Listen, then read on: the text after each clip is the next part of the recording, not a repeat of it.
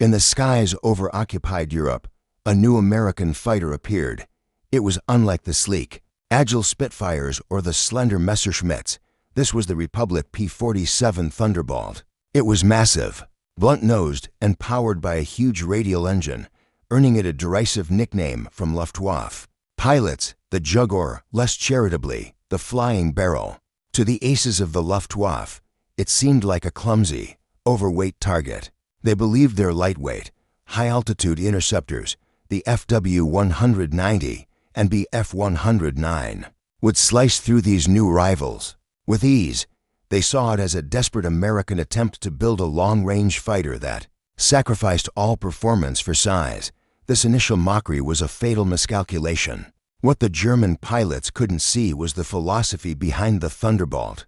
It wasn't built to be a delicate fencing sword. It was designed as a flying battering ram. Its heart was the monstrous Pratt & Whitney R2800 Double Wasp, a 2,000 horsepower radial engine that, while bulky, was incredibly rugged and air-cooled. This engine was protected by a heavy armored bathtub that also shielded the pilot. The entire airframe was built for survivability, unlike its liquid-cooled counterparts, which could be downed by a single lucky shot to a coolant line. The Thunderbolt could absorb an astonishing amount of battle-damage cannon shells, flak, machine gun fire, and still bring its pilot home. The Thunderbolt's primary armament was a terrifying statement of American industrial power. It carried no cannons, but was instead armed with 8.50 caliber and Browning machine guns. For an each wing, this was an unprecedented level of firepower for a single-seat fighter, far exceeding the standard armament of its German or British contemporaries.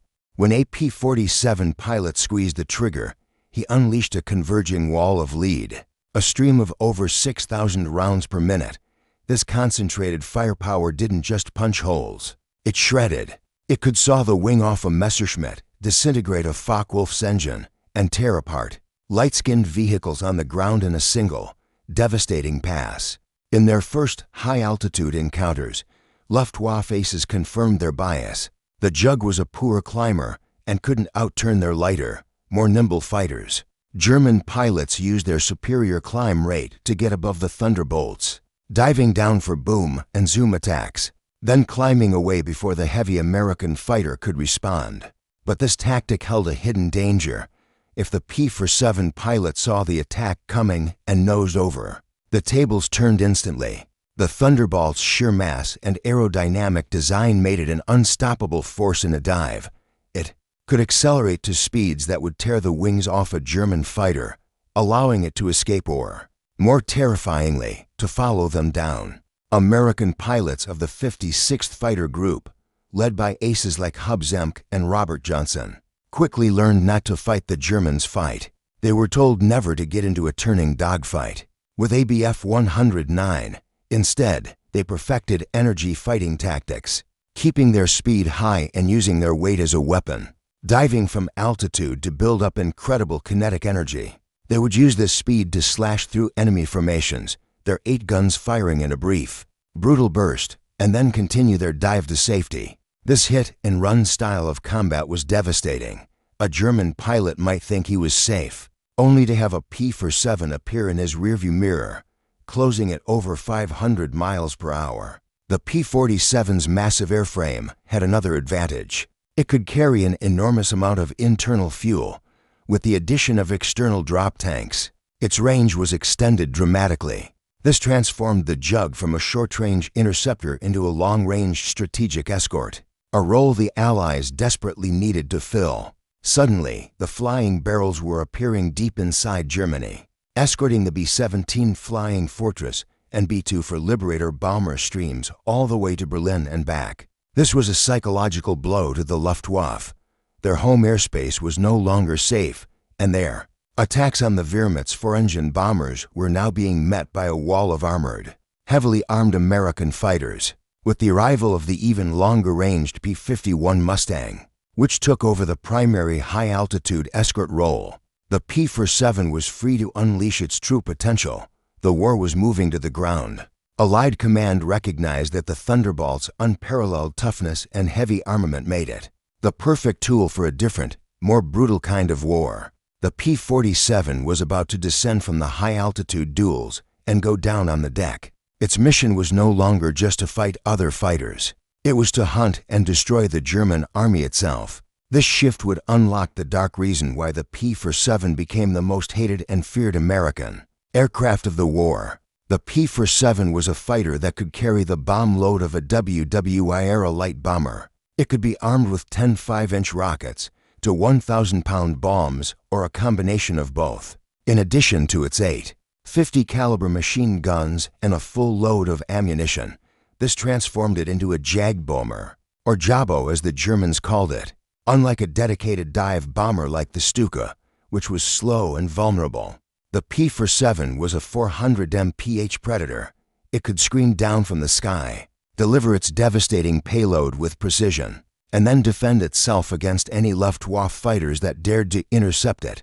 It was a fighter and a bomber in one, a hybrid terror. Following the D-Day landings, squadrons of P-47s were unleashed on German ground forces with merciless efficiency.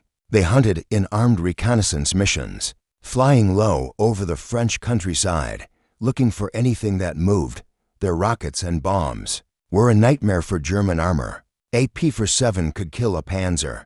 A direct hit from a 5-inch rocket could disable a Tiger tank, and its bombs could shatter supply depots.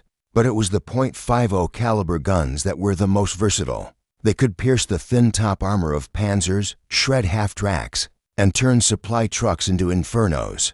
The P-47's most crucial ground target was the German supply line, and the backbone of that line was the railway. P-47 pilots became train busters, a mission they relished. A single supply train could keep an entire German division fighting, and the Thunderbolt was the perfect tool to kill it. Pilots would attack the locomotive first. The 850s would shred the boiler, causing a massive, catastrophic explosion of steam and shrapnel. With the train stopped, the P-47s would circle back like wolves, using bombs, rockets, and more strafing passes to destroy every single car, annihilating the fuel, ammunition, and food bound for the front. But the dark reason the Germans truly hated the P-47 went beyond the destruction of machines. It was the personal, inescapable, and random terror it inflicted on the individual German soldier. The Lanzer on the ground came to dread the sky, knowing that a P-47 could appear from nowhere. A soldier moving between foxholes, a horse-drawn artillery wagon, a staff car, or even just a column of marching infantry was a legitimate target. The P-47s would strafe roads, fields, and forests, their guns turning the ground into a slaughterhouse.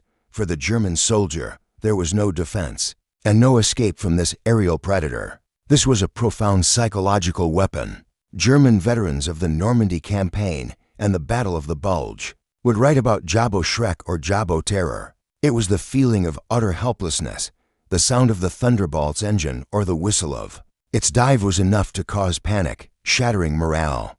Soldiers were terrified to move during the day. An entire army was pinned down, forced to operate only at night by the constant, menacing presence of the Thunderbolts. This fear paralyzed the Wehrmacht, starving the front lines and breaking the will of even the most hardened SS troops. The ground attack role was incredibly dangerous. Pilots were flying low and slow, directly into a wall of German flak-light anti-aircraft fire. This is where the P-47's absurd toughness paid dividends. German 20mm cannons, which would obliterate a Spitfire, would often just punch holes in the jug. Stories from pilots became legendary. Men would fly back to base with entire cylinders blown off their engines, with their wings looking like Swiss cheese, or with large sections of their tail missing. The P-47 was a monster that simply refused to die, a trait that only added to the Germans' fear and frustration. The P-47's most vital contribution came during the Battle of the Bulge, when the bad weather that had grounded the Allied air forces finally broke. It was the P-47s that were let off the leash. They swarmed over the Ardennes, catching the German armored columns in the open. The results were apocalyptic. The Thunderbolts, armed with rockets and bombs, systematically annihilated the armored spearhead of Hitler's last great offensive. They created a target-rich environment of burning panzers and trucks, completely halting the German advance. They were credited with breaking the back of the entire offensive. The flying barrel that German aces had mocked became the aircraft they hated and feared most. It wasn't just the fighter pilots, it was the entire German army. From tank commanders to frontline infantry, it was a fighter that could duel at 30,000 feet and a dive bomber that could kill a tank at 30 feet. Over 15,000 P-47s were built, and they flew more combat sorties than any other U.S. fighter in the war. While the Mustang gets the glory for the high-altitude duels, the Thunderbolt earned its legendary status in the mud and fire of the front lines. It was, and remains, one of the greatest and most feared warplanes ever built.